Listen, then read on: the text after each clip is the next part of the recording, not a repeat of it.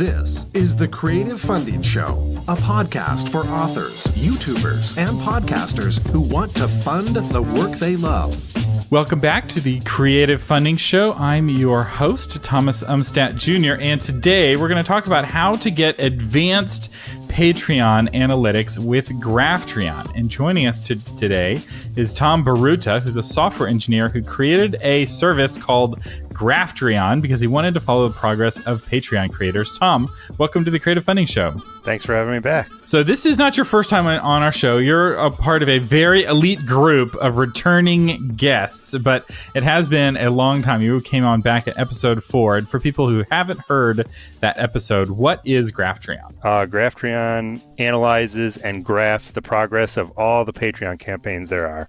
So every creator has their own page with different statistics on their patron count, and if they show their earnings, their Twitter followers and YouTube subscribers, all that sorts of good stuff. So if I hear that somebody else is on Patreon, I can look up their stats on Graphtreon. It's public for everyone. Is that right? Correct. Which is pretty cool. So it was a great way of seeing, what if somebody has been on Patreon, you can see how long they've been on, what their growth is. It's a great way of learning from others if you want to see if people are blowing smoke or not. Oh, for sure. Graphtreon brings a little bit of transparency, and the historical numbers I think are probably the most helpful because you can see that people who have Patreon pages, they tend to open with a bang.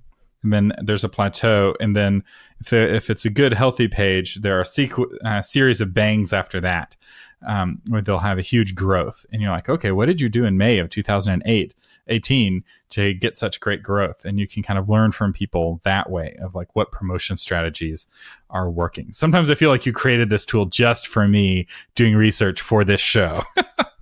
Yes, absolutely. It's all about me, Tom. It's all about me.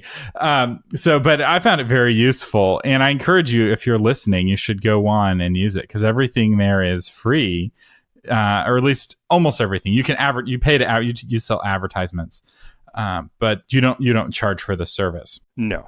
So why are analytics so important for a Patreon page? If you're tracking your campaign, just so you can see like where the ups and downs are happening. If you have a drop, then you could look back to see if you did something specific that happened that made people stop subscribing to you. Yeah, it's useful for troubleshooting, which is nice. And there is a principle in business that what gets measured gets managed. And it's really easy for superstitions to creep in when you're not tracking the data as to what works and what doesn't work. I found this to be a real problem in publishing. So authors, if they're traditionally published, they don't have good access to the data as to how their books are selling. They get a report every 6 months as to how many books sold in the last 6 months, which is not great for measuring marketing campaigns as to what worked and what didn't. And there's a lot of bad advice floating around from author to author. And tools like Patreon help prevent that from happening from Patreon owner to Patreon owner, where you're able to see, oh, wow, I did all these Facebook posts and it resulted in no new backers. Maybe I should spend less time on Facebook or something like that. Oh, yeah, exactly. I didn't know that about the publishing system. That doesn't sound great at all. Yeah, well, it's from this old school world of let the men in suits do the marketing for you. You just sit behind your typewriter and write, which isn't the world anymore. Like those publishing companies now are expecting authors to do the marketing, but they're not sharing the marketing data with them yet. So we're in this awkward adolescence where you're asked to drive down the car, but not allowed to look through the rear view window mirror or even through the windshield. It's not great. So, but the reason I had you on today is that you have rolled out a brand new feature or almost a whole new system of Graphtreon. Tell me a little bit about that. Sure. It's a patron and creator dashboard. So if you go to Graphtreon right now, there's a nice big orange button in the upper right, log in with Patreon. So you click that and you give Graphtreon access to your Patreon data, and then I can pull up all the creators you support, all the creators you used to support, and all those creators' stats, so you can easily see like how all the creators you support are doing in one page, and like your current pledge, your lifetime pledge to all those creators. And I know a lot of people, I'm sure, forgot they like stopped supporting another creator at one point, and maybe you want to jump back in if they're doing not as good or doing better, or at least you can check them out to see what they're up to. Yeah, I've just logged in on my dashboard for Novel Marketing, and I can see I have a dashboard here of who I've supported and the total amount that I've supported and their rank. Are you able to get better ranking data now that you're connecting with Patreon in this deeper way? I mean, I just based the rank off. It's separated by category, but then it's based off the number of patrons. So it's pretty simple to just sort it by the number of patrons and then rank it based on that. Nice. We have gained 4 ranks in the podcast ranking charts. So take that, other podcasts. Yeah, so that's always fun to be able to see this sort of thing. And then I can see our backings by time. Now, it's interesting. We're talking about what works and what doesn't. I had a baby, or my wife had a baby a couple of months ago, and the amount of patron exclusive content that we've posted to the Novel Marketing Patreon page has dropped dramatically just because I've been dealing with crying baby. And there's been a drop off, but not that much of a drop off. Actually, it's held steady, which is encouraging. People know that this is a short term disruption in the feed, and we're still putting out our episodes. We just haven't been doing our Q&A episodes as much. And I see that you're also tracking Facebook and Twitter. Tell me a little bit about that. Sure. Well, actually, I think it was May. Facebook changed their terms and their API, so I actually can't get data from Facebook any longer. I'm leaving the graphs there for historical purposes. But Twitter and YouTube, I can still collect Twitter followers and YouTube subscribers, and I graph those for all the campaigns that have them. Yeah, Facebook, the reason they did that was because of all of the drama that they've been in. And if you want data from Facebook, you got to pay for it. But also all the fake news, Cambridge Analytics stuff. But in my experience, for most creators, Facebook barks way more than it bites. So a lot of people are like, oh my gosh, I have so many views on Facebook. I should do more video on Facebook. But Facebook counts 3 seconds worth of watching on mute as a view, and it starts videos playing automatically. Someone is scrolling through their feed. So if someone scrolls through their feed slowly or stops for even just a split second to look, that counts as a quote unquote view. Whereas I think YouTube, it's 30 seconds. It's a much higher threshold. YouTube views are real. Facebook views are fake. It's fake news on Facebook. And when people compare those, I think they get into trouble. So that's a little bonus analytics tip. Yeah, absolutely. Yeah, there's a lot of people with big followers on Facebook. What do they call them now? Page likes, and they do not have big Patreon campaigns. So that's not a measure of success at all. That's right. I have seen, I saw one creator, I forget his name, who had a couple million people on Facebook, and it was able to pull together like a $500 a month Patreon. But if he had 2 million subscribers on YouTube, he would be making probably 5 or 6 times that easily. Absolutely. The people making money off of Facebook are Facebook. And that's an important thing to remember. I've been hating on Facebook a lot on my podcast lately. So there's also, I'm looking here, there's an achievements tab. What is this? Oh, yeah, that's probably new since we've last talked. I have different achievements for different statistics that I display out. And then I mark like the biggest achievements on a certain day on the achievements tab, but then also it shows on your creator page that you've received that achievement and like when you received it. Like if you were a hot creator in a certain month, it'll display that on your page. Hot creator specifically is you have to have at least 300 patrons, but you've had the most growth in your category for that month. Yeah, so it's kind of like little badges that you earn, but even better, it's badges and you get featured on one of the major tabs because Patreon gets a lot of visits. You get over 100,000 visits a month to your website. Is that right? Yes. Yep. And so you have all these different categories. So you got podcasts there, which is good. There should be a special achievement for having Tom Baroda on your show. You have a special category just for that. That's true. I should add that. All right. And so then I have Patreon stats.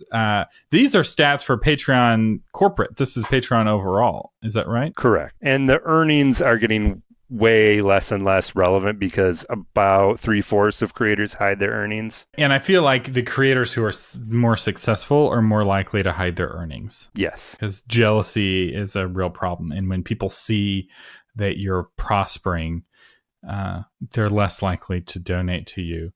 But of the unexcluded earnings, so we're looking at still it's $12 million a month being distributed to Patreon users. That's not nothing. And I would guess this is in real life closer to 50 million to 100 million. Yeah, I would guess that as well. Based off of the kinds of people who are hiding their numbers, which actually I should talk about Patreon because once they passed Kindle Unlimited in terms of payouts per month, they need to make some noise about that because that's a big deal. Because in the author world, Kindle Unlimited is this big, subscription model. People get your book for free and you're paid by pages read. It's kind of the Netflix for books. And I suspect Patreon is going to pass that program very soon if they haven't already. Oh, interesting. Yeah, I never heard of that one. And so we also have a number of users on Patreon. So in January of 2018, 92,000 people were creating on Patreon. And now it's 125,000. So it's a really steady growth curve, which is fascinating. If I were an investor, I'd be very impressed with this steady growth. It's almost a straight line. I can see why they're getting so much VC money. All right. So what are some of the things that you have learned about what makes a campaign on Patreon successful based off of kind of spending so much time in the numbers and in the statistics? Yeah, just engaging with your audience is king. You just have to talk to them, usually be personable, depending on the campaign. But yeah, like you were talking about, like if you let your patrons know, hey, I'm having a baby, stuff is going to be a little bit slow, they're way more likely to keep pledging to you, even if you like slow down on the exclusive content, because you let them know and you were a person to them. Right. And being friendly. People like people who like them. And so having a sense of friendliness and a sense of gratitude is really powerful. Here's another interesting thing. Patreon went from having 500,000 Twitter followers on August 13th to having 2.5 million Twitter followers just 2 weeks later. I'm very curious. That is almost a straight line up. I wonder if there's some shenanigans there. You don't normally see that kind of growth unless they got a bunch of media, but still, that's not okay. So you're looking at the Patreon stats page still? Yeah. That's not Patreon specific Twitter account. That's all the Twitter accounts across Patreon. So if somebody big joined Patreon at that point, it jumped. Gotcha. Okay. So this isn't followers of the Patreon Twitter page. No. Okay, which makes sense because they only have about 100,000 followers. Okay, so somebody big. Do we know who those big dogs were? Those big Twitter people? I don't actually look into that. Yeah, that would be curious to know who the big players are. So we would be remiss if we didn't at least briefly go over who the top patrons are currently. So has somebody broken the 100,000? Yes, Chapo Trap House. When we talked last, Chapo Trap House was just on the verge of breaking through $100,000 a month, and they have now broken through. So that's the highest known. Are they still number one in known backing? The highest earners, yes, but I'm sure Global Plus have them beat. Oh, for sure. So Global Plus is the current number one, and you're ranking by backers because that's the one way to do apples to apples comparison. Global Plus has 58,000 patrons, followed by Chapo Trap House, which has 24,000. Brandon Staten, 22,000. Dark Cookie, which is an NSFW one, with 16,000. And there's several more here at 16,000. It makes me sad. Philip DeFranco, who is of your top 10. He's the one I follow. He's dropped. He's now down to 8th place. He used to be at 4th, which makes me a little sad. But that's not because he dropped. That's because other people surpassed him and he's steady. That's the thing. Yeah, he actually has been losing patrons a little bit. I'm seeing here. Yeah. Not a lot though. It is more. So this is one of the things in a ranking. You don't care when it's money, right? If you made $50,000 last month and you're making $50,000 this month, what other people are doing shouldn't bother you. That's monkey thinking. Monkeys care about that. Humans hopefully have higher and they don't get jealous, but some humans get jealous and that's okay. But if you're in a rankings in a top 10, somebody comes in with a bunch of, 500,000 Twitter followers and they can knock you out of the space here. It would be interesting if somebody like PewDiePie were ever to jump on Patreon, what that would do to the numbers. He actually did do that once as a joke. Of course he did. Yeah, of course he did. And then he canceled it shortly thereafter. Yeah, PewDiePie, for those of you who are not 13 years old, is the number one YouTuber, and he's incredibly popular with the very young people in the world, especially young men, teenage guys. If you're a 13-year-old boy, there's a good chance that you know and have a strong opinion about PewDiePie. All right. Any other developments that you've seen in kind of the statistics, analytics side of things over the last 6 months or so? Not really. Everything is steady growth, and then new creators jump up in the rankings. Yeah, like Brandon Stanton. He is a recent big growth. He has a successful blog and book, and he decided to travel. Yes. He's the author of Humans of New York. So he's a very famous photo blogger, and he's had incredible growth. He's only been on the platform for 4 months, and he launched with almost 4,000 patrons, and now he has 22,000 patrons. So that's very impressive growth. And I imagine he's bringing in actually, this is one of the things we should mention. There's an estimate based off of your analytics of how much somebody's making, and it's a range. So the range for Brandon Stanton is 43,000 to 206,000. And this is based off of various factors. There's no way to know for sure if this is accurate, but it is kind of helpful at comparing patron to patron. Yeah, what I do is I just average all the creators in that category that do share their numbers, and then take the standard deviation, low and high, and just multiply by the number of patrons. Now you're talking all nerdy. You're talking science and math. So if you don't know what standard deviation is, don't worry. You don't need to know. Just go to Graphtreon.com and he does all of the math for you. I remember learning about standard deviation in statistics class. It was great fun. They do call me a software engineer, so... And then one final feature, if there's a page that you really care about, you can get monthly email updates where Graphtreon will email you like a monthly report on how that page did. Is that how this works?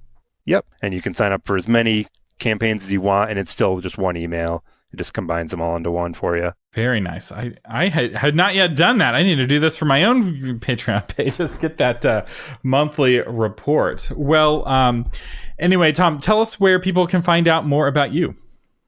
Just Graphtreon.com. Check out the site. I do post on Twitter and Reddit. I have a /r/Graphtreon Reddit and a Twitter, just Graphtreon. But I don't post there that often unless it's a big feature like what just happened with the dashboard. Yeah. Or being featured on the Creative Funding Show.